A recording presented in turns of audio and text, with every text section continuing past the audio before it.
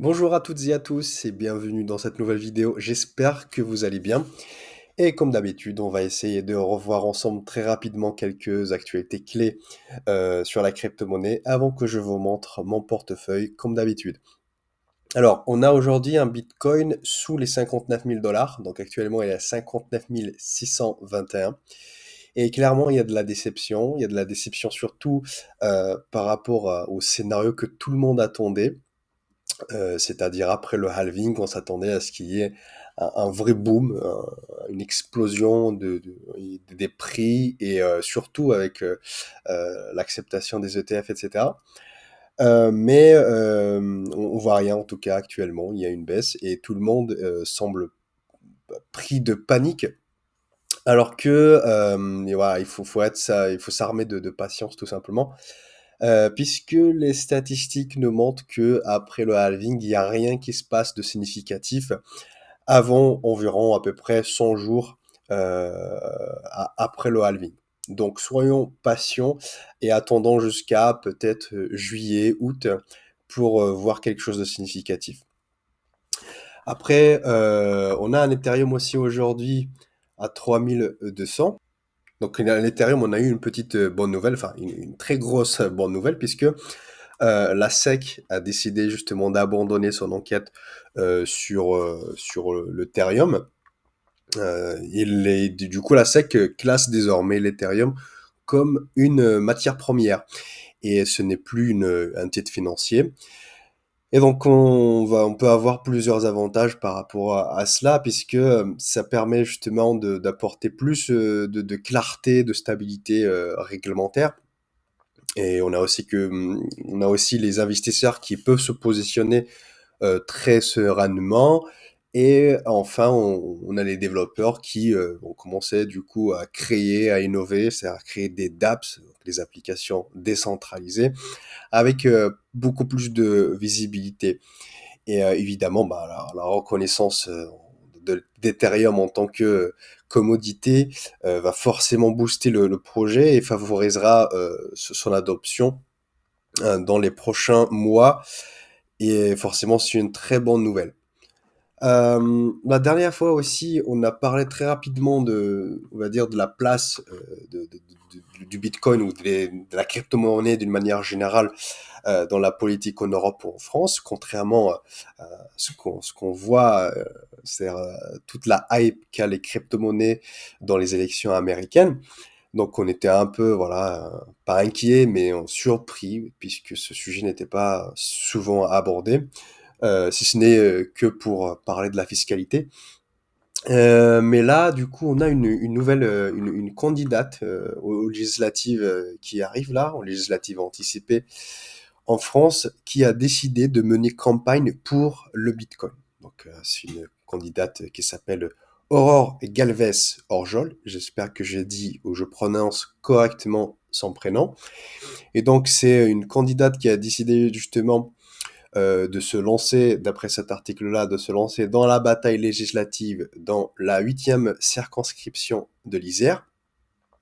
Il faut savoir que ce n'est pas, elle n'est pas novice, hein, c'est une personne qui a évolué dans le domaine de la crypto-monnaie.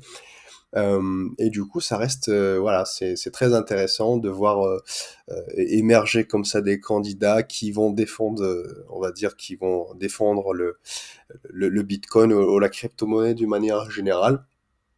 Donc voilà, ça peut donner des idées aux abstentionnistes, ceux qui, voilà, qui ne sont pas attirés par tous ces partis politiques de gauche, de droite ou du centre. Eh bien voilà, si vous êtes pro-crypto, vous pouvez aller voter pour le Bitcoin. Bien, ben voilà, donc ça, c'est quelque chose qui peut faire une très bonne publicité au Bitcoin. Et puis ça peut du coup faire venir ou faire émerger d'autres acteurs de la crypto-monnaie à qui ça va donner des idées pour se lancer dans la même, on va dire, dans le même combat. On a aussi une nouvelle qui peut peut-être, on va dire, justifier la baisse qu'on a eue ce week-end-là. Donc d'après cet article-là, qui nous dit, qui titre «Le gouvernement allemand va vendre énormément de Bitcoin». Donc c'est un article qui date du 22 juin, donc d'hier. Donc, il nous prévient que voilà, il y a une baisse, il allait avoir une baisse ce week-end. Donc, c'est ce qu'on est en train de voir. Alors, un peu de contexte. Donc, on a ce tweet-là, donc qui nous dit que le gouvernement allemand a fait une saisie de 50 000 bitcoins, donc l'équivalent de 2 milliards, je pensais à l'époque, puisque c'était en 2013. Alors, je sais plus combien ça coûtait un bitcoin en 2013, pour être honnête. Alors, si on peut le retrouver très rapidement ici. All. 2013, il était, bon, on verra, voilà, ça varie beaucoup en tout cas. Ah ouais, quand même. Ah ouais, il était sous les 100 $, puis il a monté flèche. Bon, bref, donc voilà, ils ont saisi 50 000 $, pardon, 50 000 bitcoins. Et a priori, bah, ils ont commencé à vendre, et c'est ça qui a créé une pression baissière, c'est une pression vendeuse. Et on a du coup, il nous dit, l'Allemagne commence à vendre ses milliards de bitcoins, puisque ouais, ça se chiffre en milliards maintenant, 50 000 bitcoins fois le cours actuel, oui, ça fait beaucoup quand même, ça fait énorme comme somme.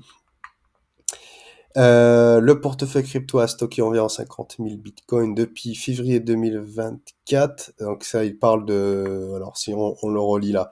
Le 19 juin, un portefeuille de crypto-monnaie étiqueté German Government, BKA, par la société d'analyse des crypto-monnaies Arkham, a commencé à transférer des bitcoins, ce qui a attiré l'attention de la communauté. Du coup, de nombreuses personnes pensent que le gouvernement allemand vend ses avoirs en bitcoin en se basant sur les mouvements des portefeuilles. Voilà, donc il nous dit clairement, voilà, que le marché du Bitcoin s'effondre à l'approche du week-end. Et c'est ce qu'on est en train de voir, hein. Donc, si on le voit ici, cette baisse qui a eu lieu du coup aujourd'hui, hein. On va voir en 7 jours, qu'est-ce que ça nous donne. Ouais, on le voit clairement là, le Bitcoin plonge ici. Et ce n'est pas une coïncidence si on croit cet article-là. J'ai trouvé que cette nouvelle ou cette information très intéressante et justifie en partie, bien évidemment, tout ce qu'on est en train de vivre actuellement.